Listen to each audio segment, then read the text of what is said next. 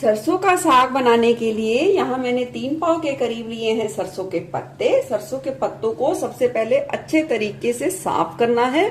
उसमें कोई भी कूड़ा, गंदगी या कोई घास का तिनका हो उसे निकाल देना है। और उसके इस तरीके में शुरू में एक्स्ट्रा डंठल होते हैं, उसे इस तरीके से निकाल लेना है। और निकालने के बाद हमें पहले इसे अच्छे तरीके से धोना है।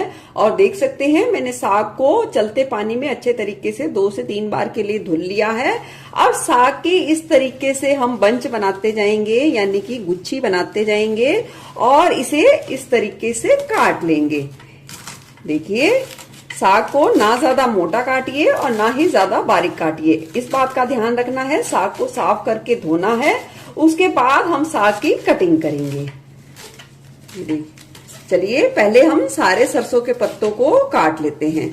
साग के लिए सरसों को काट के मैंने अलग कर लिया है। और 3 पाव के करीब मैंने सरसों का साग लिया था, तो उसके साथ के लिए मैंने यहाँ 1 पाव के करीब पालक को भी अच्छे तरीके से साफ करके धोकर काट लिया है। 1 पाव के करीब लिया है बथुआ, और बथुए को भी अच्छे तरीके से धोकर और फिर उसे काट लिया है। और साथ ही हम लेंगे 1 मुट्ठी के करीब ये मेथी, हरी मेथी का यूज करना है।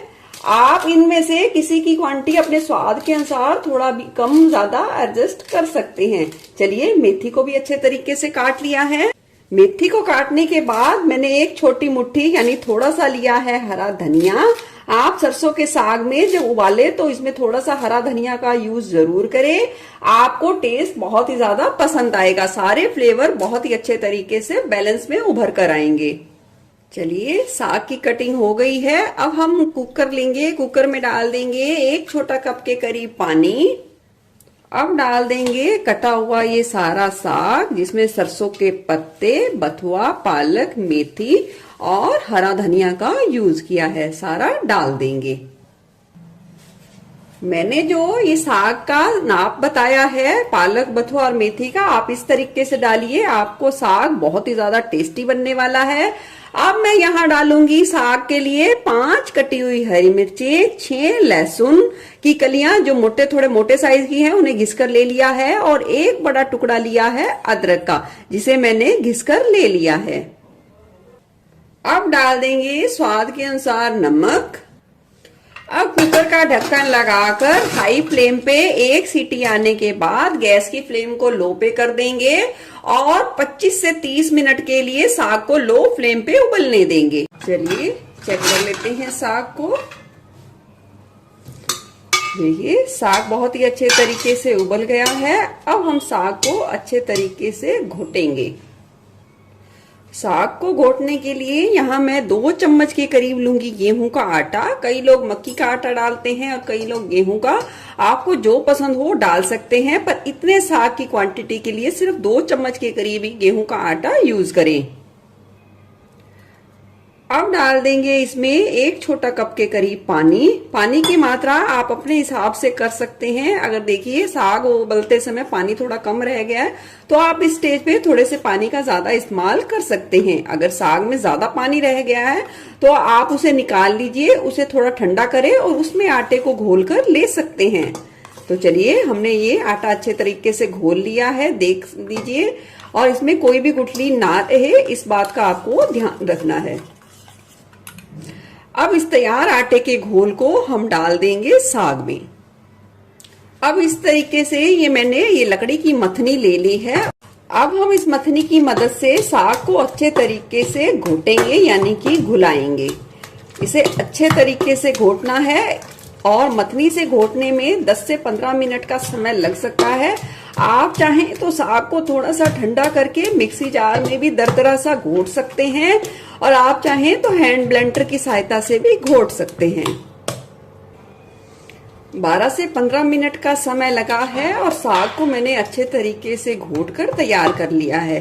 देख सकते हैं साग की कंसिस्टेंसी इस तरीके से बिल्कुल नाम मात्र हल्का सा दरदरा रखा है। बिल्कुल चटनी की तरह भी इसे नहीं करना है, बिल्कुल हल्का सा दरदरा सा रखना है। और कई लोग साग को थोड़ा सा पतला खाना पसंद करते हैं और कई लोग थोड़ा सा टाइट खाना पसंद करते हैं। वो आप अपने स्वाद के अनुसार एडजस्ट कर सकते हैं।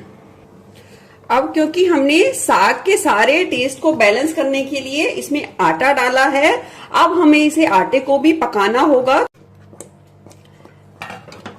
चलिए, साग तो हमारा बहुत अच्छे तरीके से बनके तैयार हो गया है और देख सकते हैं कुकर के तले पर भी लगना शुरू हो गया है। इसका मतलब अब इसमें आटे का कच्चापन बिल्कुल भी नहीं है। जब साग इस तरीके से खदकने लगे तो आप इस पर कोई ढक्कन जरूर लगाएं, या कुकर का या प्लेट का, क्योंकि जब साग उबलता है तो उसके छींटे बहुत दूर तक फैलते हैं। इससे आपका किचन काउंटर, गैस और किचन की दीवार गंदी हो सकती है और वो छींटे सूखने के बाद बिल्कुल भी नहीं निकलते, बहुत परेशान करते हैं। तो इस टिप को जरूर फॉलो करें। अब गैस की फ्लेम को हम कर देंगे बंद और साग को अच्छे तरीके से ठंडा करेंगे। आप इसे ठंडा करने के बाद ही तड़का लगाएं, या आपको जब खाना हो आप इसे थोड़ी देर पहले जरूर बनाकर रखें। इससे क्या होगा, टेस्ट बहुत ही ज्यादा बढ़िया उभर कर आएगा। आप इस टिप्स को भी जरूर फॉलो करें। तो चलिए, मैं साग को थोड़ी देर बाद ठंडा करने के बाद तड़का लगाऊंगी। साग को बनाकर रखिए, 3 से 4 घंटे का समय हो गया है। तड़का लगाने से पहले साग की कॉम्बिनेशन में बनाएंगे मक्की की रोटी।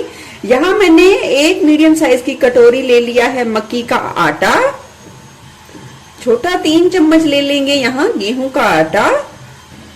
लेंगे थोड़ी सी कद्दूकस की हुई मूली, डालेंगे थोड़ा सा नमक या अपने स्वाद के अनुसार। अब सभी चीजों को मिला लेंगे, क्योंकि मूली अपना पानी छोड़ेगी और उस हिसाब से हम आटे में आगे चल के पानी का यूज करेंगे। अच्छे तरीके से मिला लिया है। मिलाने के बाद आटे में थोड़ा थोड़ा पानी डालकर आटे को पहले हम इकट्ठा करेंगे। आटे को इकट्ठा करने के बाद मुट्ठी का प्रेशर देते हुए आटे को हम 3 से 4 मिनट के लिए अच्छे तरीके से गूंथ लेंगे। मक्की के आटे की रोटी बनाने के लिए मक्की का आटा जो लगाएंगे वो ना ज्यादा सॉफ्ट होना चाहिए और ना ही ज्यादा हार्ड होना चाहिए। तो इस तरीके से हमें अच्छे तरीके से गूंथ के तैयार करना है। देख सकते हैं आटे का टेक्सचर बहुत ही अच्छे तरीके से गूंथ के तैयार कर लिया है। अब इसे रेस्ट के लिए 5 से 7 मिनट के लिए ही रखेंगे, ज्यादा नहीं। और इतने में लगा लेते हैं साग को तड़का। साग में तड़का लगाने के लिए कढ़ाई में डालेंगे 1 बड़ा कड़छी के करीब देसी घी और इसे गर्म करेंगे। घी गर्म होने पर डाल देंगे 1 बड़े साइज का बारीक कटा हुआ प्याज। प्याज को गुलाबी होने तक भून लेंगे। इस स्टेज पर आपको अगर अदरक लहसुन का स्ट्रॉन्ग फ्लेवर चाहिए तो आप इस जगह पर थोड़ा सा और भी यूज कर सकते हैं। प्याज को गुलाबी होने के बाद डाल देंगे कटा हुआ टमाटर। यहाँ मैंने 1 मीडियम साइज का टमाटर यूज किया है। टमाटर को नरम होने तक पका लेंगे। टमाटर जैसे ही नरम होंगे गैस की फ्लेम को तुरंत ही हमने लो पर कर देना है और डाल देंगे इसमें अपने स्वाद के अनुसार लाल मिर्च पाउडर, चीरा लगी हुई हरी मिर्च, बिल्कुल थोड़े से पत्ते कटी हुई हरी मेथी के, और 2 फ्लेम पे ही अब सारे तड़के को हम 1 मिनट के लिए भून लेंगे। 1 मिनट तड़का भूनने के बाद डाल देंगे हम साग। मैं यहाँ आधे साग को डालूंगी। आपको जितना खाना हो आप उतना ही इस समय तड़का लगाएं, और जब खाना हो नेक्स्ट टाइम तो फ्रेश तड़का लगाकर आप साग को खाएं। इससे क्या होगा, टेस्ट बहुत ही ज्यादा बढ़िया रहेगा और साग हमारा बिल्कुल नंबर 1 बहुत ही ज्यादा मस्त लगेगा।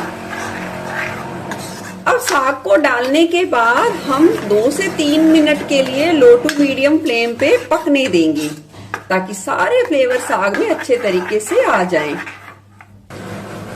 चलिए, देख सकते हैं फाइनल रंगत साग की कितना बढ़िया बनके तैयार हुआ है। बिल्कुल ही मखमली, बिल्कुल ही मलाईदार साग बनके तैयार हुआ है। चलिए, साग हमारा बिल्कुल बनके तैयार है। अब बनाते हैं मक्का की रोटी।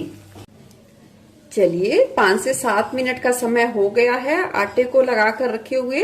अब हम इस तरीके से लोई बनाएंगे, जिस भी साइज की आपको लेनी है, और हथेलियों के बीच इसे अच्छे तरीके से प्रेशर देते हुए टिक्की की शेप देंगे। ये देखिए इस तरीके से, और इसी तरीके से सारी लोई बनाकर तैयार करेंगे। अब तैयार लोई को सूखे मक्की के आटे से अच्छे तरीके से लपेट लेंगे। लपेटने के बाद चकले पे रख के बेलन का हल्के हाथों से यूज करते हुए हम रोटी को इस तरीके से बढ़ा लेंगे। ये देखिए मूली वाली रोटी है, फिर भी नहीं फटी है।